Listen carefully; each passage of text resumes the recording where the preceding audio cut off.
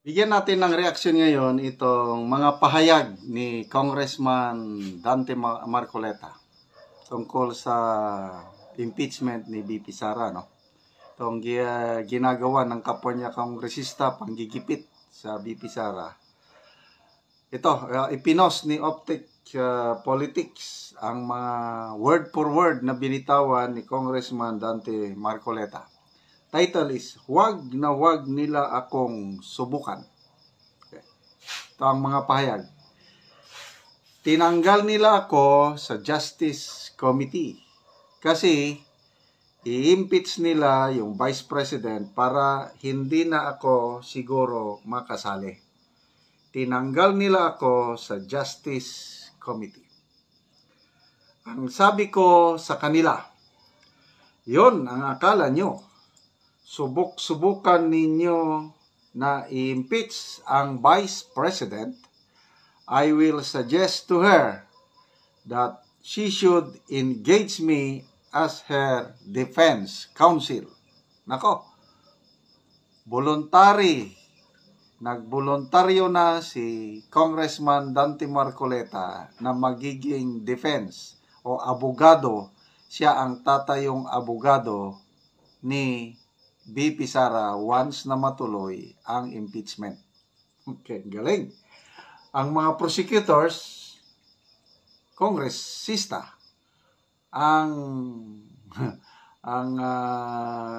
defense lawyer, kongresista din. Ayan, magkakaalaman na. Kaya sabi niya, huwag nyo akong masubok-subukan.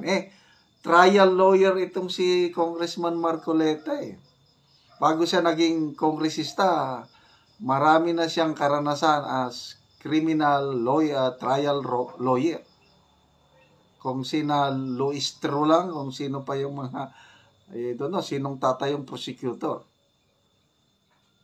Malala ko noon, yung panahon ni Erap, President Erap, yung Congressman Umali, sino pa yun? Congressman, kalimutan ko na, yung mga prosecutors noon. Kasi, mali na po ang nangyayari Wala nang hustisya. Sabi ko sa kanila, bakit ninyo sinusuri ang confidential funds ng Office of the Vice President? Why?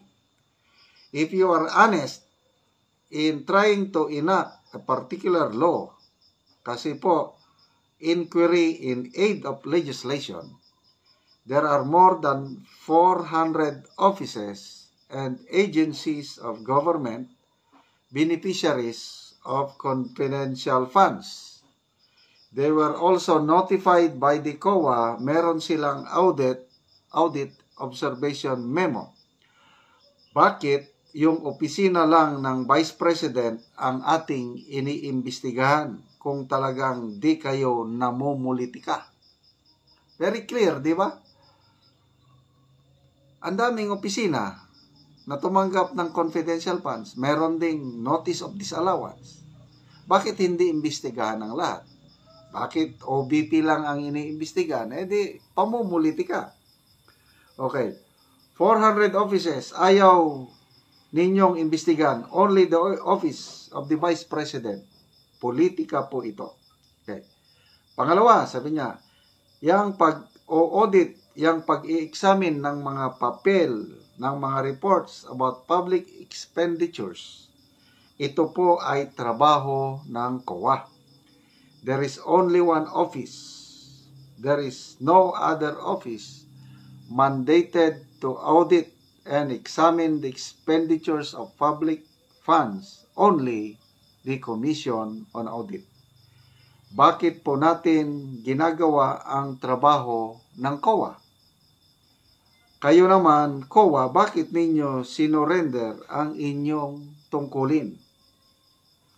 Meron pong problema dito. Nilalabag natin ang saligang batas. What was delegated can no longer be delegated. Yun. Ang saligang batas, nagbigay ng kapangyarihan sa COA, sila ay mag-imbestiga sa paggamit ng pundo. Bakit? Ginagawa ng Kongreso. Sila nang nag-iimbestiga. Sila nang magiging prosecutor. Kaya lang po, pag ako ay nagsalita ng ganito, pinapaalala ko sa kanila, tinuturuan ko sila, ang pinapasagot nila sa akin, yung mga magugulo. Guguluhin nila ako, hindi sila nakikipag-debate. Ang gagawin nila, manggugulo lang, pagkatapos papatayin nila yung aking mikropono. Ilang beses ko nang napansin yan, pinapatay ang mikropono pag nagsasalita si Congressman Marcoleta. Ganito po ang nangyayari sa ating bansa. Sa ngayon po, nakakaawa ang kalagayan ng ating bansa. Yun po ang sentimento ng karamihan. Ano na ang nangyayari sa bansa? Wala na. Palubog na ang ating bansa kung ganito ang mga pangyayari. Mismo ang mga kongresista na sana gagawa ng batas, susunod sa batas, sila nang lumalabag sa batas. Okay. Napakamahal po ang kuryente. Napakamahal ng presyo ng bilhin. Napakamahal pa rin ang tubig. Wala pong tumitingin dyan. Ang gusto lamang nilang gawin, maghearing lang ng maghearing ang Quadcom. Ang Quadcom, wala silang ibang subject matter, kundi i-prosecute ang dating Pangulo ng Republika ng Pilipinas. Ayun, si PRRD. Ito naman, Committee on Good Government and Public Accountability, pinupuntirya si BP Inday Sara. Nakakahiya po ang kanilang ginagawa. Yan po ang mga pahayag ni Congressman Dante Marcoleta. Okay, may pahayag kanina na ang Quadcom mag-release na ng kanilang partial report bago sila mag-break ngayong December 18. So, ibig bang sabihin nun is tigil na ang hearing? Salamat naman kung titigil na ang hearing kasi naka 12 hearings sila. Ilang buwan ba yan? I think mga 3 months. Ang tanong, magkano ang ginastos? Nako, malaking gastos yan.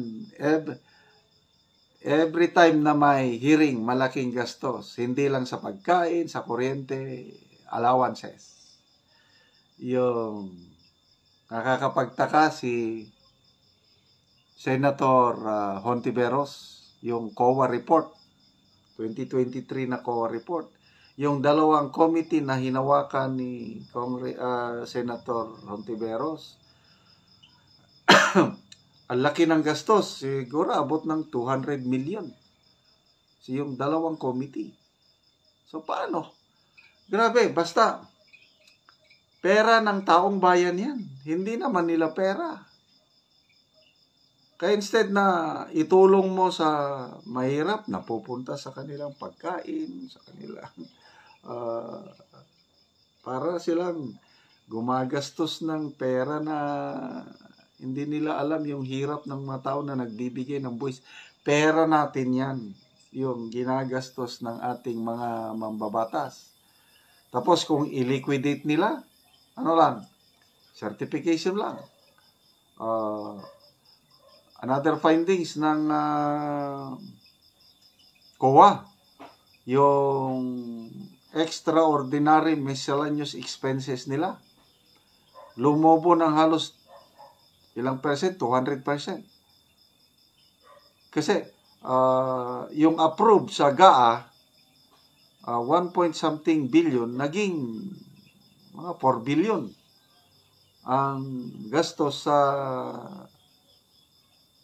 extraordinary miscellaneous expenses. Ganon sila kung gumastos. Tapos, ang liquidation yun, ano lang, certification lang. Ganon lang. Kaya nakakainis po na very particular sila sa paggastos ng confidential funds ni BP Sara. Yung kanilang paggastos, ganon lang, certification. Nasaan yung double standard nila? Okay? So ito, salamat po Congressman Dante Marcoleta.